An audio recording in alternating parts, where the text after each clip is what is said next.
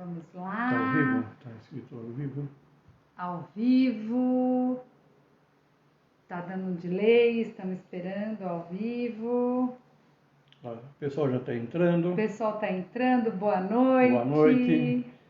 Que bom estar com vocês, né, doutor Marco? A É, gente vai dar um tempinho para o pessoal ir entrando. Vocês estão ouvindo bem a nossa voz? Por favor, diga Dá pra gente, dá um oi se tiver tudo ok. Tá tudo ok com o som? Oi, Patrícia! Oi, pessoal! Tá tudo bem com o som, Patrícia? Dá um oi pra gente, por favor. Vocês estão ouvindo? Sim, ótimo. Muito obrigada. Legal, legal, legal. Maravilha, obrigado. Muito bom, muito bom. Bom, estamos esperando o pessoal entrar. Enquanto isso, que foi, doutor? Vou desligar a lâmpada lá atrás. Muito bem. Enquanto isso, eu vou conversando com vocês. Eu venho da área da educação, então hoje é um dia muito especial para mim de estar falando com vocês. A grande maioria educadores e os que não são educadores, nós estamos aí na fase da mais, né? A gente já cansou de ouvir isso, mas agora é realidade. Todas as áreas, disciplinaridade, interdisciplinaridade se falando. Por isso que eu estou aqui hoje com o Dr. Marco. Nós dois somos professores, porém eu venho da área da educação. Dr. Marco, na verdade, ele vem da química, né? Da química e da fisioterapia. E depois da área da saúde e da fisioterapia. Então, hoje nós temos muitas coisas bacanas para falar. A temática em pauta hoje é o início de um caminhar gostoso que a gente vai falar sobre cérebro. O que eu queria falar para vocês é o seguinte: o intuito de falar sobre cérebro não é ser mais alguém falando de neurociência. Neurociência é apaixonante.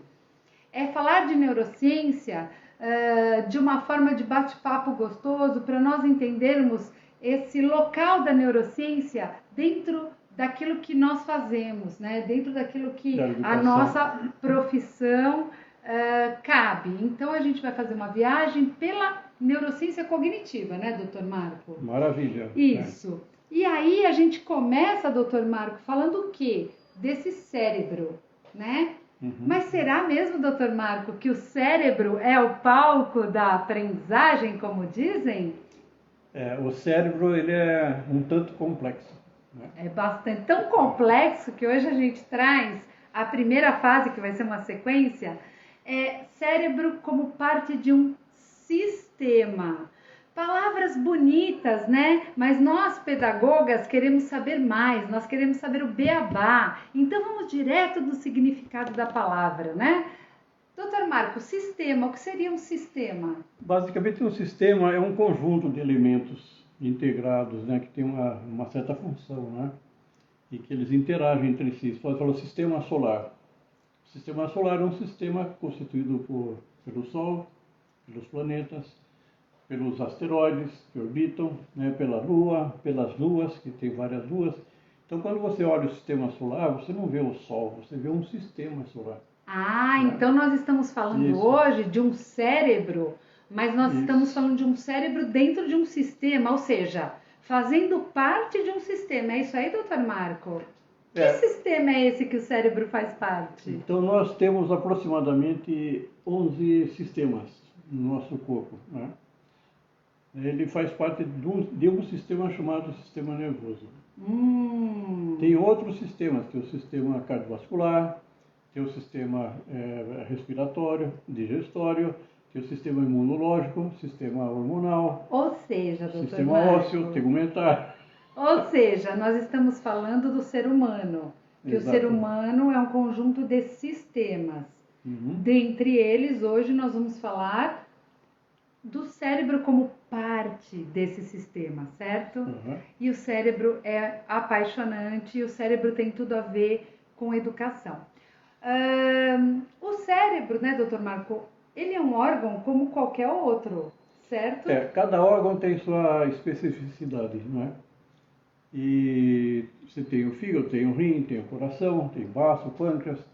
E o cérebro é um órgão que faz parte do sistema nervoso. Ah, mas doutor Marco, me contaram que ele tem um papel fundamental. Gente, cérebro dentro de um sistema tem um papel fundamental onde ele controla os demais sistemas. Confere, doutor Marco?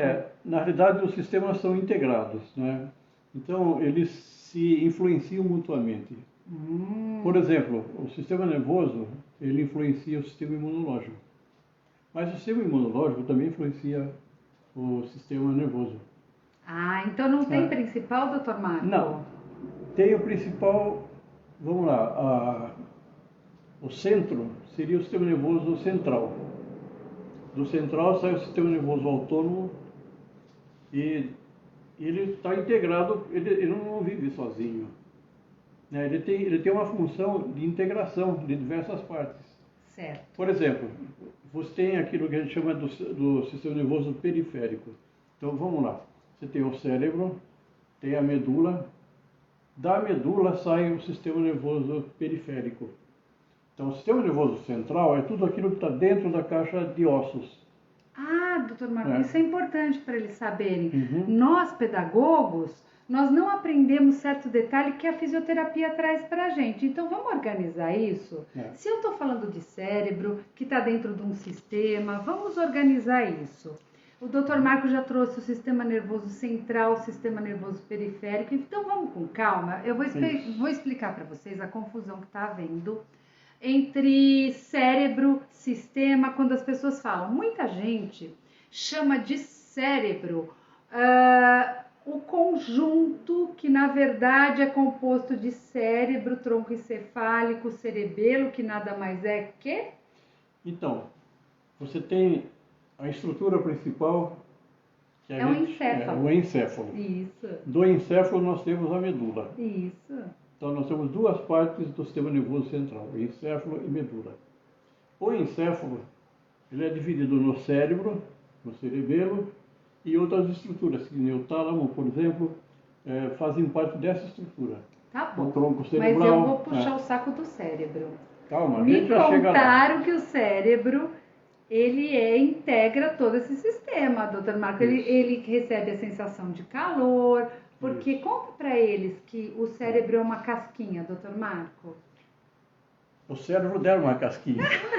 O meu não é uma casquinha. O que ela quer dizer é que a córtex cerebral é uma casquinha, né? Então nós temos a parte externa do córtex, né, do cérebro, que é chamada córtex, neocórtex. Minutinho que ele vai falar. Então, o Zé. Esse é o Zé. Ele tira a calota. Tirando a calota, tira o crânio e aparece aqui o cérebro. Esse é o cérebro. Aqui teria o cerebelo. Mas, essa partezinha aqui é o cerebelo. Aqui assim. Daqui, dessa região, sai a medula. Daqui. E aonde sai a medula é o tronco encefálico.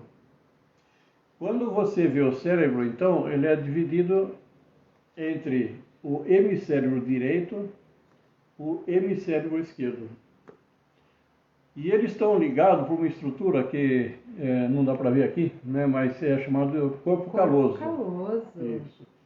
Então, o corpo caloso são feixes neurais que ligam o hemisfério direito do hemisfério esquerdo. Que nós vamos estar vendo nas outras lives. Isso. Por enquanto, hoje, o bate-papo gostoso é de apresentação desse cérebro como parte de um sistema integrado, para vocês entenderem isso, esse sistema integrado, e como nós somos da educação, e eu estou falando agora de uma neurociência cognitiva, o cérebro, ele é considerado o núcleo da inteligência, né, doutor Marco? Sim. E a aprendizagem do organismo. Sim. Confere isso? Confere. Então, mas a gente tem que entender o seguinte, que como a gente aprende? Exatamente. Como que é que a gente aprende? A gente aprende através do nosso relacionamento com o ambiente externo e com o ambiente interno. Exatamente. Okay? Existe aquilo que é uma memória nossa, que é consciente, que a gente se lembra do que está acontecendo, e tem uma memória que é subconsciente, está lá. Muito bem, não vamos entrar agora nesse detalhe, mas eu queria mostrar para você, né, que essa parte externa do cérebro aqui, ela é formada por sulcos e por giros. Se nós pegarmos o cérebro de um macaco do seu tamanho e abrir o cérebro do macaco, ele vai ser mais ou menos o tamanho de uma folha de papel A4, ok? Porque ele é mais liso. Mas se nós pegarmos agora o cérebro de um ser humano e fizermos a mesma coisa, ele vai ter o tamanho de 4 folhas de A4. É quase isso mais isso, ele é grandão. Por quê? Porque quando o cérebro se forma, ele vai formando esses giros e sulcos e vai fazendo tudo isso aqui. Por que ele faz? Para estabelecer uma estrutura de menor energia possível.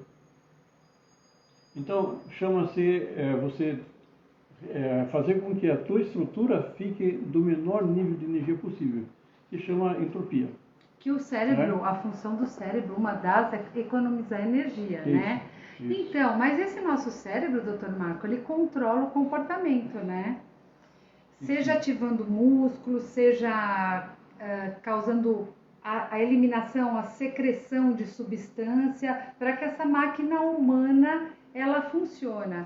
Certo, doutor Marco? Então, a gente tem que entender assim, esse sistema nervoso central, que é o cérebro, cerebelo, essas estruturas mais a medula, é o comando central. Tudo entra nele e tudo sai dele. Ok? A gente está falando na aprendizagem. Por exemplo, se eu vou pegar alguma coisa, eu vou aprender pelo tato.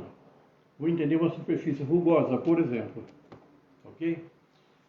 Eu tenho sensores que chamam-se receptores de pressão na mão. Esses receptores de pressão, eles estão sentindo o local mais liso, mais rugoso, e essas informações são transportadas para o cérebro.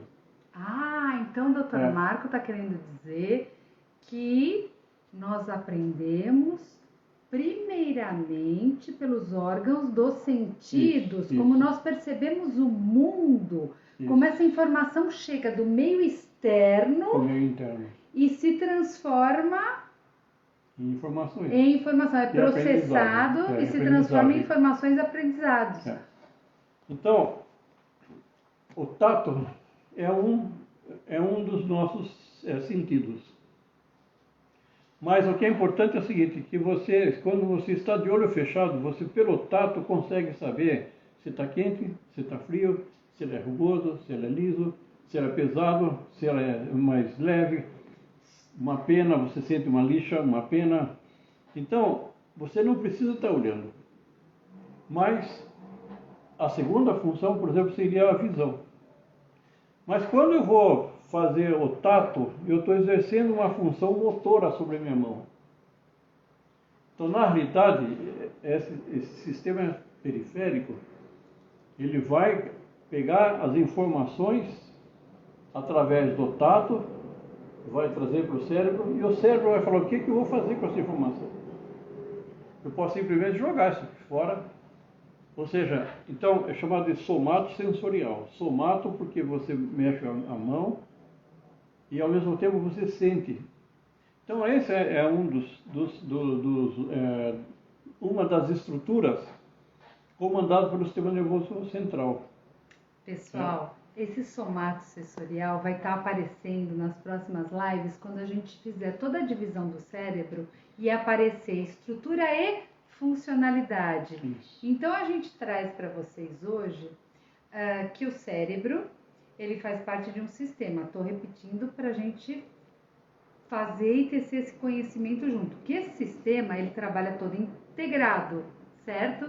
E esse sistema compõe todo o ser humano. Especificamente falando da aprendizagem, o que a aprendizagem tem a ver com esse sistema? Nós recebemos uma informação, por enquanto, do meio, eu já vou explicar por enquanto. A gente recebe uma informação por onde? Pela visão, pela audição, pelo paladar, pelo tato E se nós temos casos especiais, necessidades especiais, uma das entradas sensoriais vai compensar a outra entrada sensorial. Então, eu estou aqui falando do ser humano típico, mas eu também estou falando daquele indivíduo que nasce com alguma patologia, com alguma anormalidade. Hoje, a neurociência nos traz que todo o cérebro é plástico. Uns com maior capacidade de aprendizado, outros com uma capacidade de aprendizado comprometida devido a alguma patologia, porém passível também de se aprender e ter uma funcionalidade nesse meio que a gente pertence, né, doutor Marco? Agora, uma coisa que a gente não para pensar, e é incrível, se a gente colocar o cérebro dentro da calota, o cérebro nunca entrou em contato com a luz. O cérebro nunca viu nada, nunca sentiu nada, nunca percebeu nada, que ele está isolado dentro de uma caixa craniana, de um osso extremamente duro. Então ele em si, ele não tem contato externo. Direto. Então, ele precisa do quê? De órgãos que fazem esse contato. Exatamente. Por exemplo, visão.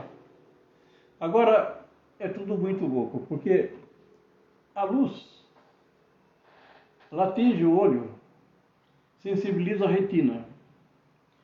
A retina transforma a luz no impulso elétrico. Então, o que viaja para o cérebro é um impulso elétrico.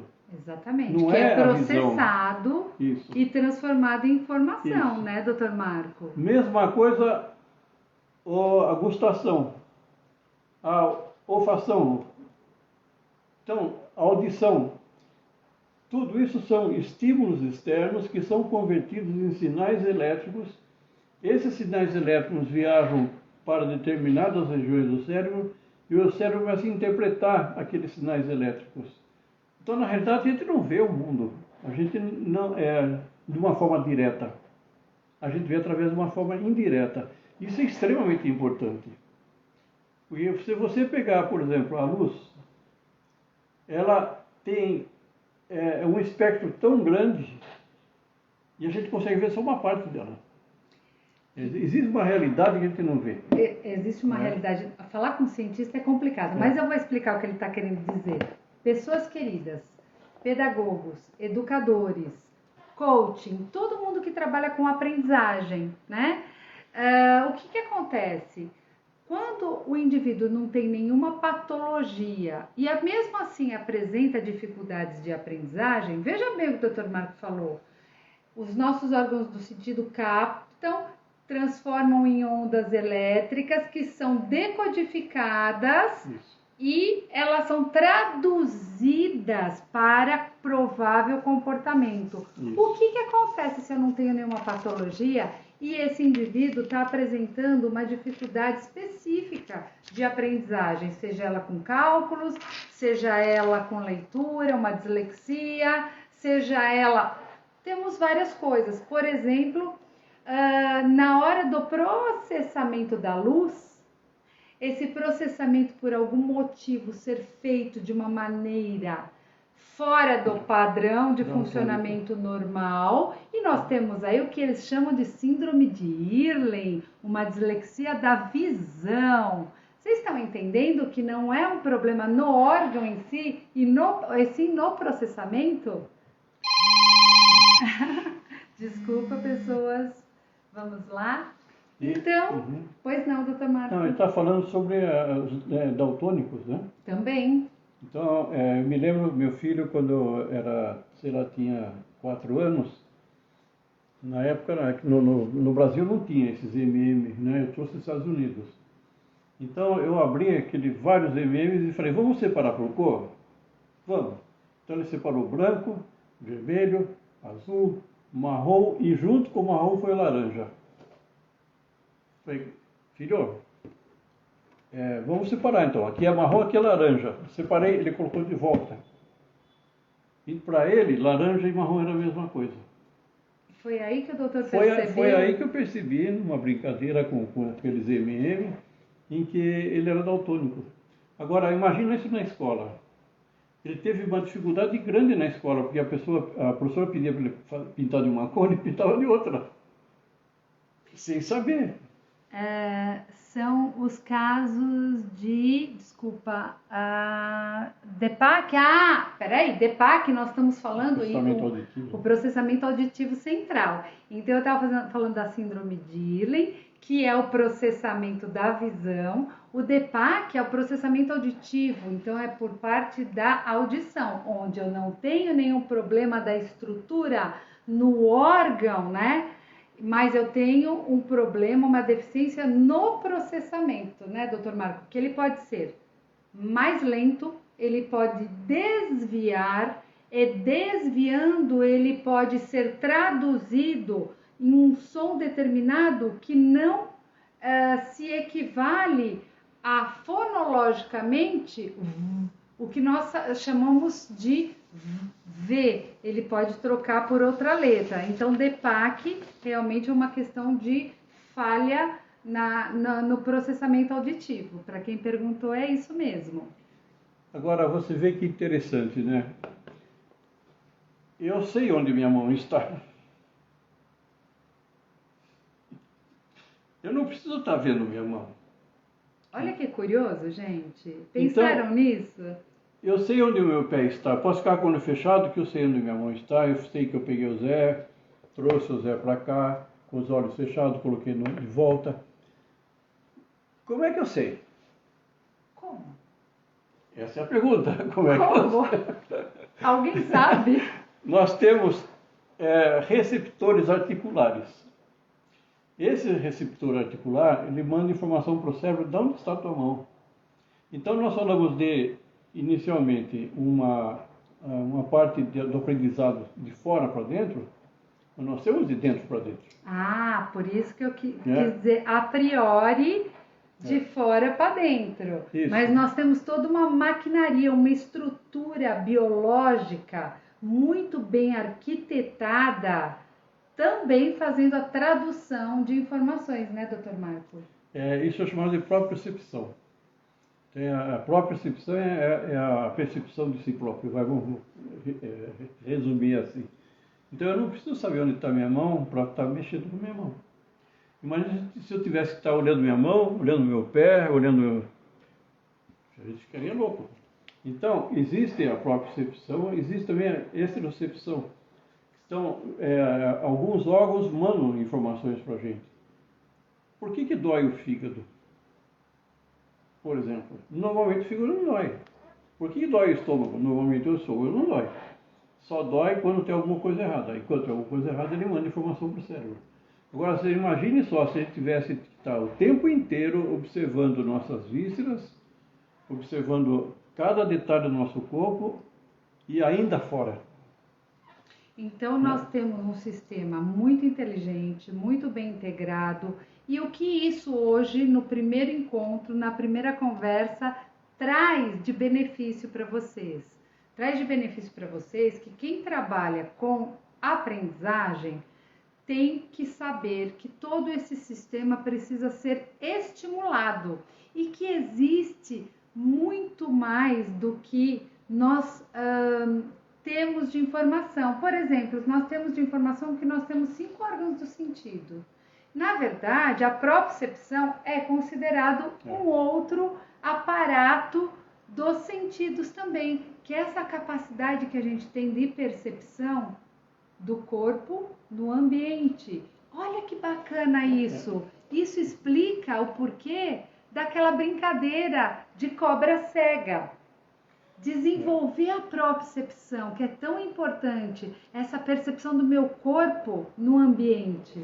Então, existe uma discussão se nós não temos um 7º sentido. Esse é a intuição. Perfeito. E tem uma outra percepção nossa que é chamada de visão cega. Tem pessoas que têm problema do nervo óptico, em algum lugar do nervo óptico, mas a mensagem chega e não chega, aqui atrás tem um lugar chamado sulco calcarino. Nesse sulco calcarino onde se forma a visão. Nesse trajeto existe um bloqueio, então ele não enxerga. Pronto. No celular, desculpa. É. Desculpa. Isso tem uma explicação? Então, tem. É a intuição. A gente sempre tem intuição que alguma coisa vai dar errada. E deu. Mas faz parte. Então, voltando, falando da intuição, né, e da visão cega. Então, a visão cega é assim, a pessoa não enxerga, mas ele desvia de obstáculos. Como é que é possível acontecer? É possível acontecer porque tem outros receptores que estão ligados aos olhos, mas não à visão. Olha só, hein? Aos olhos, mas não à visão. Mas não a visão. Isso explica isso. porque o nosso aluno, o nosso paciente, o nosso cliente de baixa visão, ele tem a possibilidade de aprender a se deslocar no ambiente e desviar de possíveis obstáculos. Então, o cérebro nosso é muito louco, né? A gente sabe que nesses últimos 10 anos, a ciência aprendeu muito mais sobre o cérebro que o resto da existência da humanidade, né? Principalmente com os exames de imagem. Então, hoje você consegue observar uma pessoa no PET scan, na tomografia, alguma coisa assim, e ver quais são as áreas do cérebro que estão trabalhando segundo um determinado estímulo que você dá, né? Isso, e nós vamos estar vendo isso também. Hoje, para iniciar, eu queria que vocês fixassem, né, essa ideia de que o cérebro é um órgão, como qualquer outro, fazendo parte de um sistema integrado. E uma coisa que para mim foi muito bacana para localizar o que era esse sistema, foi esse comentário que o Dr. Marco fez no início, e eu gostaria que ele repetisse para vocês fixarem sobre estar dentro de ossos e estar fora. Explica um pouquinho melhor isso em termos de sistema, Dr. Marco. Então, o sistema nervoso, a divisão anatômica, né, vamos chamar assim, a divisão anatômica do sistema nervoso, você pode dividir em dois grupos. Um que fica dentro da estrutura óssea. Muito importante, é isso que eu queria que eles soubessem. O que está dentro da estrutura óssea tem o cérebro, tem o cerebelo e tem uma parte do tronco cerebral, aqui embaixo. E quando ele sai do tronco cerebral é a medula. Então, a medula, ela tem ligações com outras partes do corpo. Então, tudo que está dentro de osso... tudo que está dentro dos ossos, da caixa craniana e dentro da coluna vertebral é o sistema nervoso central. Sistema nervoso central. Tudo que está dentro de osso da caixa craniana é o que chamamos de sistema nervoso central. Muito bem. Do sistema nervoso central saem os periféricos. Sai o quê? Nervos. Saem nervos. Isso. Então, tem esses nervos que comandam a sensibilidade e o movimento muscular, que a gente chama de somatosensorial, que faz parte do periférico. Mas tem outro extremamente importante, bom, tudo é importante, né? Óbvio, quando se fala dos sistemas, né? Que é o sistema nervoso autônomo, também chamado sistema nervoso vegetativo. O que significa sistema nervoso vegetativo? Sistema nervoso neurovegetativo, sistema nervoso autônomo, né? Ele é automático. Então, ele basicamente, ele mantém seu corpo em funcionamento sem você estar consciente. Certo. Por exemplo, ele fica a cada instante monitorando quanto de gás carbônico tem no teu sangue, quanto de oxigênio tem, quanto de glicose tem, quanto de adrenalina tem, e assim vai. E ele, então, a função dele é equilibrar essa nossa fisiologia. O sistema nervoso autônomo. E nós temos 3 eixos básicos do sistema nervoso autônomo. Tem o simpático, tem o sistema nervoso simpático, o parasimpático e o entérico. Então aqui nós temos o sistema nervoso autônomo, ele se divide em 3 ramos.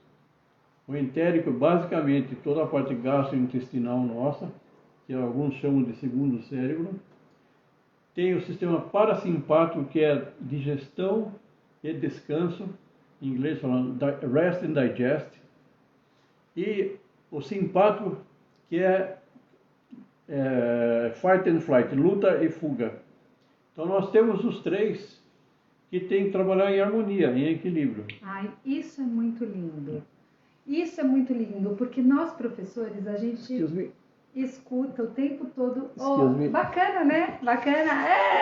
Nós professores, a gente escuta o tempo todo sobre funções executivas, né? E hoje o Dr. Marco estava comigo em um atendimento, porque eu faço psicopedagogia clínica, e ele viu o que é um indivíduo desexecutivo. É incrível como esse sistema tem que trabalhar todo integrado. Eu estava com uma pessoa com síndrome de Down e eu estou trabalhando na parte de comunicação. A questão é que ela não tem problema com áreas do cérebro que fazem com que a articulação da boca haja de maneira adequada para que o som saia. Ela não tem problema na parte semântica, mas ela tem problema na integração para concluir essas áreas que vocês vão estar vendo nos próximos encontros, primárias e secundárias, que precisam se conversar para poder fazer uma estrutura de fala fluente, coesa e coerente. E é muito difícil, o Dr. Marco viu. Fora isso, ela não retém na memória as informações se não forem repetidas várias vezes. Nós sabemos que o aprendizado se dá pela repetição. Só que o indivíduo, com o seu aparato dentro do padrão, um número de repetições permite que ele retenha essa informação. E no sono, né, doutor Marco? No sono, essa informação se consolida. São tantas coisas importantes que vocês têm que entender, às vezes, por que esse indivíduo não está retendo a aprendizagem. É tão importante a gente entender a harmonia dessa orquestra, é tão lindo. Hoje a gente está dando um aparato geral para entrar na especificidade depois, né? Então, foi muito lindo vocês entenderem essa caixa craniana unida, né, com essa coluna vertebral, dela saem dos nervos. Então nós temos o sistema nervoso central, que é a central de comando, com o sistema nervoso autônomo. E aí, o que eu queria falar para vocês? Que nesses 3 eixos principais, isso envolve totalmente o aprendizado, nós temos uma enervatura, que é o diálogo entre o coração e o cérebro. Então eu digo sempre, não há aprendizagem que se consolida se não passar pelo campo da emoção. É um nervo que nós professores desconhecemos, que chama nervo vago, né, doutor Marco? Uhum. E então, como é importante as emoções no processo de aprendizagem, a gente vai estar vendo nos outros encontros e vamos estar batendo papo sobre isso. Então a gente está dando uma ideia desse sistema para depois entrar na especificidade. Essa parte de emoção é extremamente importante, extremamente. Ela tanto pode ajudar quanto ela pode bloquear. Por exemplo, uma pergunta simples. Você se lembra o dia do teu casamento? Lembro, claro. Foi assim, foi em tal lugar, eu estava com tal roupa, teve tal coisa, o meu marido estava de tal forma, e tinha mais não sei quem. Tem uma pessoa pedindo para participar ao vivo. Ao vivo? Eu nunca fiz isso, vamos deixar, vamos permitir? Quem é? Liberada, vai lá. Então, é fácil se lembrar o dia do casamento, né? Depois, a gente pergunta, e o que aconteceu no 4º dia depois do casamento? Gente, foi sem querer, desculpa. Sem querer ou foi um pedido que de repente... Foi sem querer, uma desculpa. vontade muito grande de falar alguma coisa. Não, eu só tô amando. Foi sem querer, não tem problema. Eu vou ver como é que eu te tiro daqui, mas continua aí, hein? Ai, gente, perdão, desculpa. Vamos lá. Então, é fácil você lembrar o dia do casamento, mas o que aconteceu no 4º, no 5º dia depois, a gente não se lembra. porque não tinha tanta emoção quanto teve o dia do casamento. Então, você se lembra do primeiro dia que você foi na faculdade? Ah, lembro sim, teve trote, teve corte de cabelo e tal. E no quarto dia, não lembro mais. Porque nesses dias específicos, existe uma carga emocional muito grande, né? Muita adrenalina. E isso ajuda a fixar a memória. E pode ter exatamente o contrário, uma carga emocional negativa muito grande que bloqueia uma memória. A gente trabalha em hipnose, a gente vê muito isso. Pessoas que bloqueiam memórias porque não interessam. Dificuldades enormes de aprendizagem, dificuldades enormes funcionais, porque pessoas...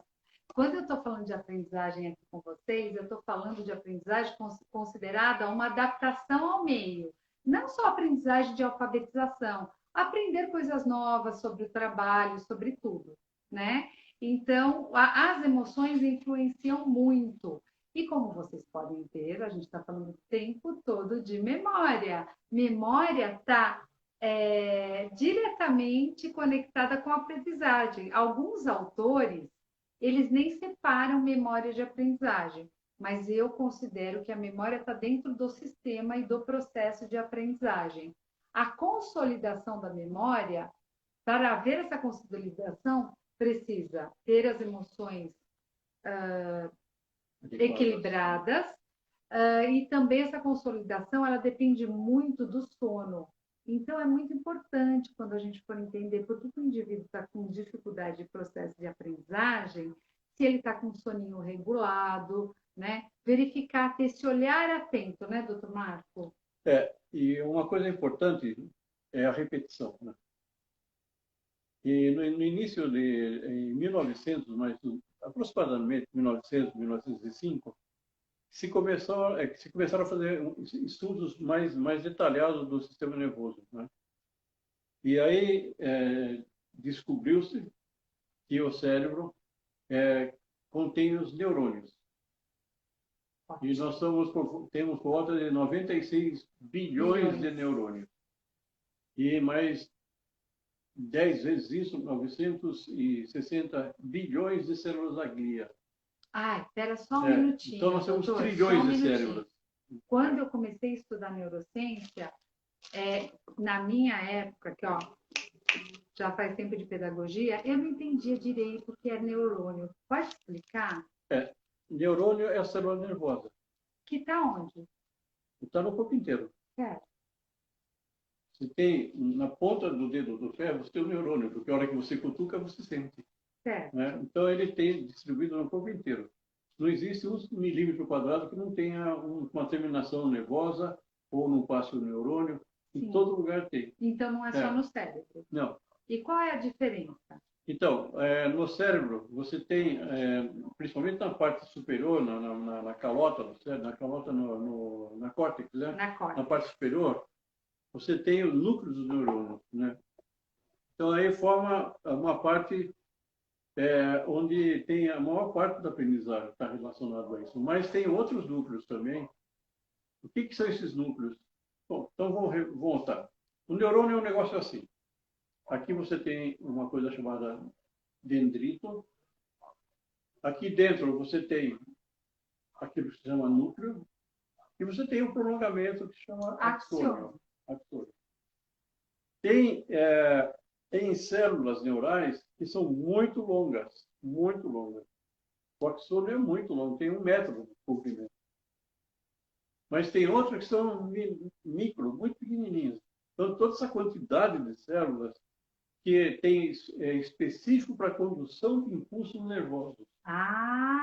É chamado de neurônio. Muito bem, aí que eu queria chegar. O que isso tem a ver com a aprendizagem? Tudo. Então, vamos lá.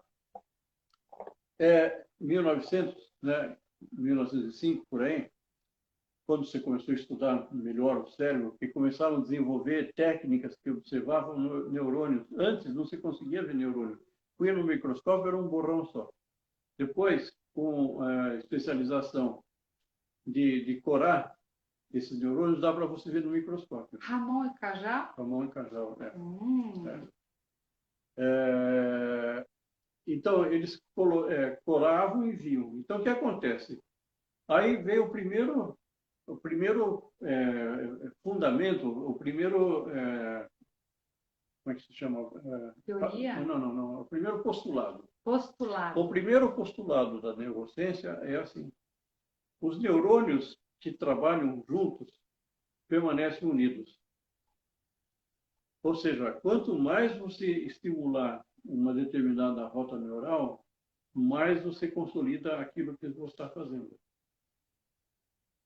Ramon Cajal e outro é o... Então, você tem esses... Aonde chegam informações é através do axônio. Desculpa, dos dendritos. Daí a informação desce, entra no axônio, corpo, que é o axônio, que está ligado a outra célula. Então, existe uma conexão, é quase que uma rede de informações que trafegam para o cérebro no tempo inteiro, está trafegando. Né? Tá aí o sistema. E quanto mais eu passar por esse neurônio, ou conjunto de neurônios, são feixes neurais que se chamam nervos, quanto mais eu utilizar essa rota, mais forte ela fica.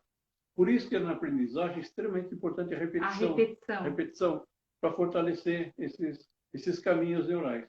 Então, vamos lá? Vamos fazer um resuminho de tudo que a gente viu? Muito bem. Nós temos um sistema integrado, nosso corpo, nós seres humanos somos um sistema integrado, onde o cérebro, que dizem ser o palco da aprendizagem, faz parte desse sistema integrado. Muitas vezes chama-se de cérebro, o que na verdade é o encéfalo, porque o cérebro compõe o encéfalo, né? Quais são as partes que formam o encéfalo, doutor Marco? O cérebro, o cerebelo, aí tem o tálamo e tem o tronco cerebral. Né? Muito bem, bulbo e ponte. Bulbo e ponte. Muito bem. Então, pessoas, nós somos parte, o cérebro é parte desse sistema, palco da aprendizagem, só que esse cérebro, ele é composto de células.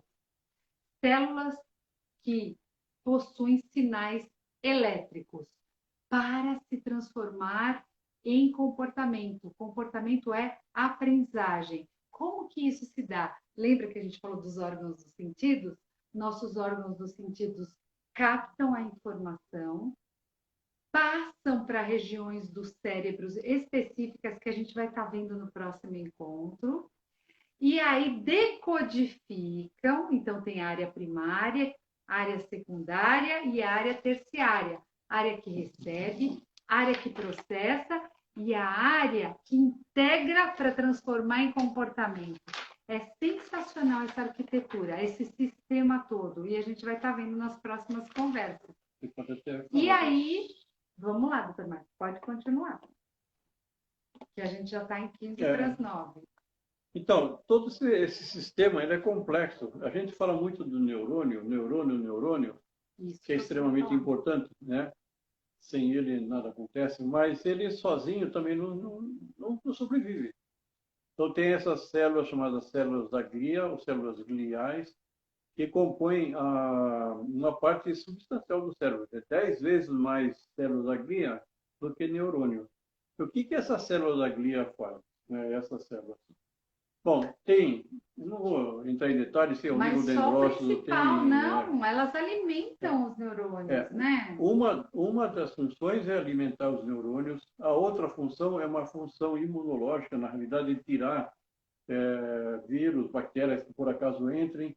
Outra é tirar neurônios que morreram, fazer uma limpeza, uma faxina. Uma faxina, fazer recaptação de neurotransmissores, né? Chama recaptação de serotonina, tem a bainha de mielina, que forma a célula de Schwann, né? Que forma a bainha de mielina é como se fosse uma fiação elétrica, aquele plastiquinho que envolve o fio para não dar choque, é a nossa bainha de mielina. E além de proteção, ela tem a função de tornar esse sinal mais rápido. Então, isso tudo que o Dr. Marco está falando é importante, porque muitas patologias têm a ver com esse problema de funos,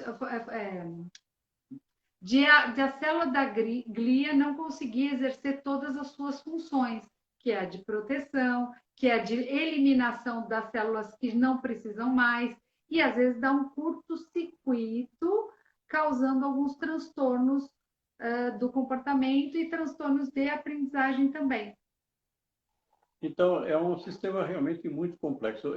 Fala-se que o cérebro é a máquina, vamos chamar assim, a estrutura mais complexa do universo. Então, quando você fala em estrutura mais complexa do universo, que realmente o negócio o bicho pega, né? Porque você está falando em buraco negro, você está falando em supergaláxias, você está falando em... Bom, enfim, ele realmente é complexo. Agora, é muito interessante o cérebro, analisar o próprio cérebro. Nós, seres humanos, estudamos o cérebro, então nosso cérebro estudamos o cérebro. E nós, professores, chamamos isso de metacognição, Metacognição, né?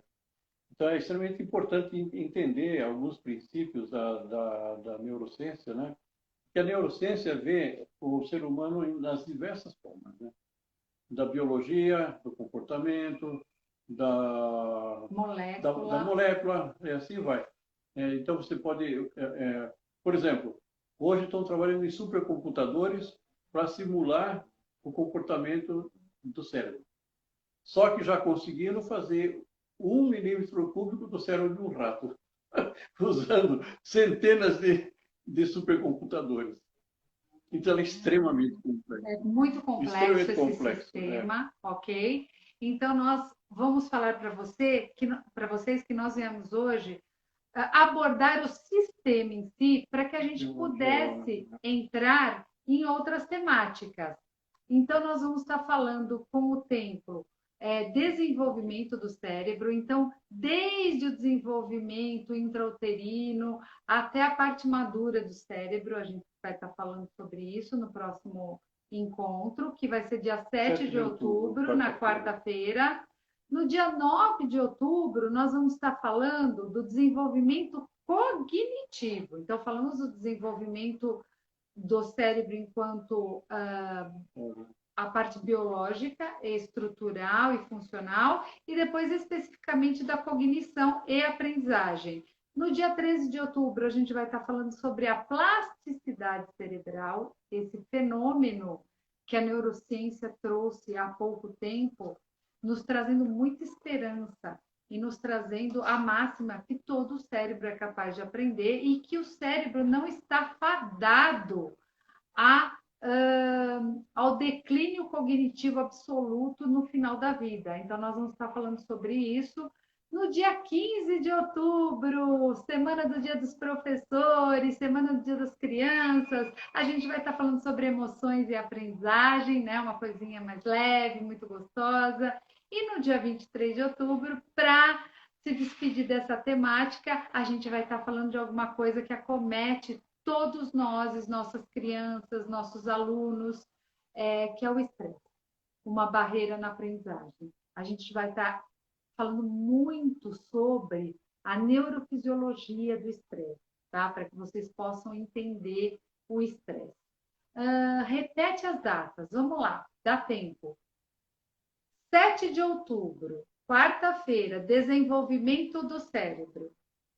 9 de outubro, 2 dias depois, que é uma sexta-feira, sempre às 20 horas, tá, gente? Desenvolvimento cognitivo e aprendizagem. A gente procurou fazer uma sequência, tá? Para uma coisa agregar a outra e a noção de cérebro ser mais completa para vocês, né? 13 de outubro, então, plasticidade cerebral e aprendizagem. 15 de outubro, vai ser emoções e aprendizagem. Nós vamos estar falando sobre a neurofisiologia das emoções. Bem interessante para vocês entenderem o cérebro trino, cérebro triuno. O nosso cérebro é formado por 3 camadas. E isso é bem interessante, porque nós não deixamos de estar conectados com a camada mais primitiva. E ela dita muito dos nossos comportamentos, do comportamento das crianças, né? Do ânimo, da motivação, vamos estar falando sobre isso. Dia 23 de outubro, estresse, uma barreira na aprendizagem. Vamos estar mergulhando na neurofisiologia da aprendizagem, ok? Então, nós temos agora 10 minutos e aí a gente vai contar um pouquinho para vocês o que a gente faz e por que a nossa paixão de estar disseminando conhecimento e estar vindo aqui entre os educadores, para mim, é um privilégio, é um prazer, né? Eu nasci, assim, enquanto profissional da educação e eu tenho dentro de mim uma educação que vem de uma educação de cuidado também. Educação não é cuidar, mas eu trago nessa pedagogia uma metodologia muito preocupada com esse autoconhecimento, né? E esse autoconhecimento a gente não nasce com ele precisa ser desenvolvido. Ele tem muito a ver com esse cuidar, né? Então, doutor Marco, queria acrescentar mais alguma coisa? Nós temos, na realidade, duas iniciativas, né? Uma iniciativa aqui onde nós estamos, que é a clínica. Na clínica, a Silvana trabalha na parte de reabilitação cognitiva das funções executivas e cognitivas, né? A gente entende cognição como aprendizagem e a execução do conhecimento. Aprendizagem ou não aprendizagem? Isso, E a execução e o uso desse conhecimento como sendo as executivas, né? Conhecer e usar. Né? E a paixão dela é trabalhar com idosos e com pessoas que têm maiores dificuldades, necessidades especiais. Minha paixão é trabalhar com esse cérebrozinho que precisa encontrar os caminhos neurais e se valer dessa plasticidade maravilhosa para encontrar um lugar de pertencimento nessa sociedade. E eu trabalho, entre outras técnicas, com hipnose clínica. Na hipnose clínica, a gente busca descobrir dificuldades emocionais. Porque quando a gente está conversando, as emoções podem bloquear completamente o aprendizado. Mas não só o aprendizado, né? Mas o aprendizado da vida como um todo, né? Então, pessoas que têm dificuldades no serviço, na empresa onde trabalha, ou têm dificuldades em ganhar dinheiro, né? Tem bloqueios. Com relacionamentos. E a gente vai buscar a origem disso. Por que ela tem isso? Né? Como é que a gente pode modificar? A gente entende que esse aprendizado na primeira parte da vida, né?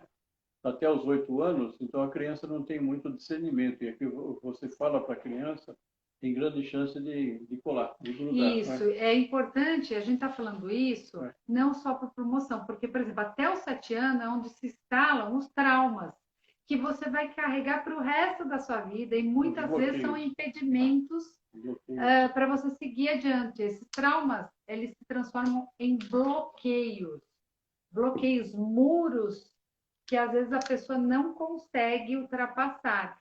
Por quê? Porque está aqui as crenças, aquilo que a gente crê, aquilo que a gente acredita, a maneira como a gente pensa, tem a ver muito com a nossa cultura e tem a ver muito com a maneira que a gente aprendeu, é cognitivo. Mas no cérebro trino, que nós vamos ver aqui na nossa data, do desenvolvimento da plasticidade cerebral, e vamos estar vendo o desenvolvimento cerebral, ele conta para a gente que tem todo um fator de memórias emocionais que está numa camada mais baixa, que não é a nível cortical, é subcortical. Aí que a hipnose entra, não como magia, não como domínio da mente, uma hipnose séria, uma hipnose que tem tudo a ver com a aprendizagem, uma hipnose que é um estado de ondas cerebrais que diminui o senso crítico, diminui esse primeiro andar, de ativação desse primeiro andar, para acessar memórias emocionais lá do outro andar, né, doutor Marco? E essas memórias emocionais, de um modo geral, elas não são conscientes, né? Porque são emocionais. Emocionais é no subconsciente que ocorre. Isso pode gerar bloqueios de todas as partes, né? Sim. Eu ia falar das crianças que não conseguem ser alfabetizadas. Se a criança passou por algum trauma muito grande, pode ter. Quando a gente fala trauma, não precisa cair um avião na cabeça, não é Não é isso? isso. É Decepção, uma interpretação errônea de alguma coisa. constrangimento. É. Então, a gente pega muitos pacientes aqui que foram constrangidos, né? Durante o processo, a fase escolar. Medo. Medo De errar, medo de falar, medo de passar vexame em público, pessoas que não conseguem falar em público, agora adulto, o doutor Marco vai buscar, foi lá na infância, uma bronca que levou da professora, um puxão de orelha que levou do pai. Né? Colegas. Gente, é maravilhoso, a gente fala muito sobre isso, aqui na clínica a gente trabalha a parte cortical e subcortical. E também essa é uma das nossas iniciativas. A segunda iniciativa é a escola, né? Nós temos vários cursos. Nesses cursos a gente transmite todas as informações. Tem o curso de neurociência, né, da molécula ao comportamento, que basicamente a gente entra em detalhes, porque são 8 horas. Exatamente. Né? A gente tem mais tempo e a gente está fazendo a distância pelo Zoom agora. Temos o curso. Temos vários. É só vocês entrarem no site, dar o endereço do site, doutor Marco.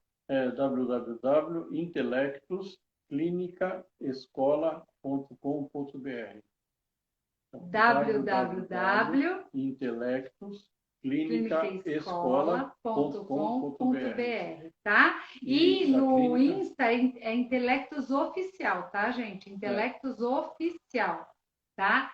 E esse é da escola. Mas como a gente é integrado, tudo aquilo que a gente faz em setting terapêutico, a gente dissemina em conteúdo. E tem o da clínica, para quem tiver curiosidade. É o www.intelectusclinica.com.br. É em Campo Belo, aqui em São Paulo, na Vieira de Moraes, é extremamente fácil chegar aqui.